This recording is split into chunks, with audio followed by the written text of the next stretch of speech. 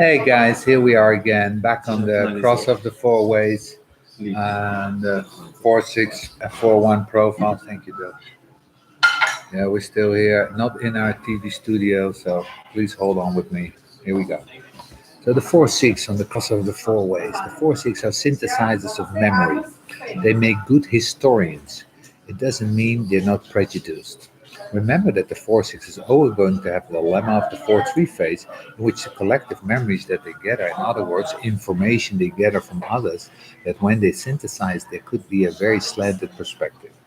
But their real influence over the group is the ability to be able to force the group memory.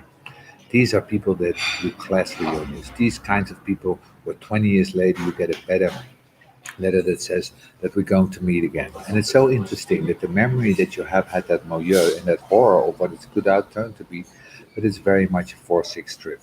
It's very much this, not so much what the personal memory is, but what the favor of the memories of the time, of the moment. So the good of us in terms of providing us with general truth. Remember that the responsibility of this gate is to prevent the truth to the collective. Think about that. You go through the logical process, and when you get to the 31, what you get into is the presentation of a theory you should follow. You get to the 33, and the 33 is going to be the evidence of whether that works. It's the 33 that has the final word. It's the 33 that says, okay, this is good, this is bad, this is right, this is wrong. 4-6 on this cross are very, very powerful. They're the ones that are saying, well, you knew what it was like, basically what your community feels, based on the way in which we see our history. And you always have these beings that become the influence spokesperson for these small groupings. They become the example, they become the spokesperson. They're the ones that the group turns to subscribe the group of memory. It's the essential way, the way of form. So then we go to the juxtaposition cross of retreat. The 4-1. When you leave the right angle here, you leave the form principle. Oh yes, I know, we're still dealing with the 33. We're still dealing with this configuration. But there is a unique transition that takes place here. Now, if you look very carefully at the left angle, you're going to see something. What you're going to see is that the first hexagram and the 19th are part of the same quarter. And if you look down here, the second and the 33 are part of the same quarter. It's the beginning and the end of the second quarter. In other words, you're looking at something very odd. You're looking at the only example of crosses that have only binary quarters that they operate through, and that they do not operate through the four quarters. So you have the left angle cross, you see that this is a left angle cross is deeply rooted in the quarter of civilization and deeply rooted in mutation. It has nothing to do with the duality on one side and the invitation on the other side, initiation on the other side. Nothing, it has no grasp of it, has no connection to it. And yet that's the way it's going. These quarters break. It's like when the great designer decided to make a wheel. They didn't make a wheel, they made four quarters and then sort of it fit them beside each other. And it's not like this is an illusion. There's a real break here. It's almost like you could tear out a quarter. The quarter that you come in on is as really exclusive. These quarter are very really different.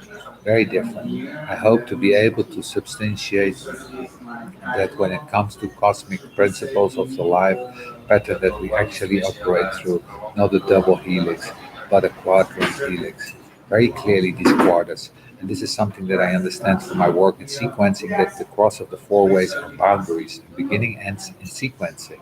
And that each of these quarters is a family of incarnating life, very separate from others. Oh yes, we have the movement, but I want to see how clear a break it is. If you look at this left angle and you see that this angle was within its own quarter and the next quarter only, you would say, aha, there's a real bridge. This is not a real bridge. This is a real crevasse. This is almost like a cave wall. In fact, they are not fused together. They rub against each other as a friction. If you could look at the four quarters, every time a planet moves through the cusp of a quarter, it's like go this. And they're really different. And it's only when you get to the left angle that you can see it. We know that all juxtaposition has a fictus to it. We know that. And we know that juxtaposition without motivation simply represents the process of the hexagon.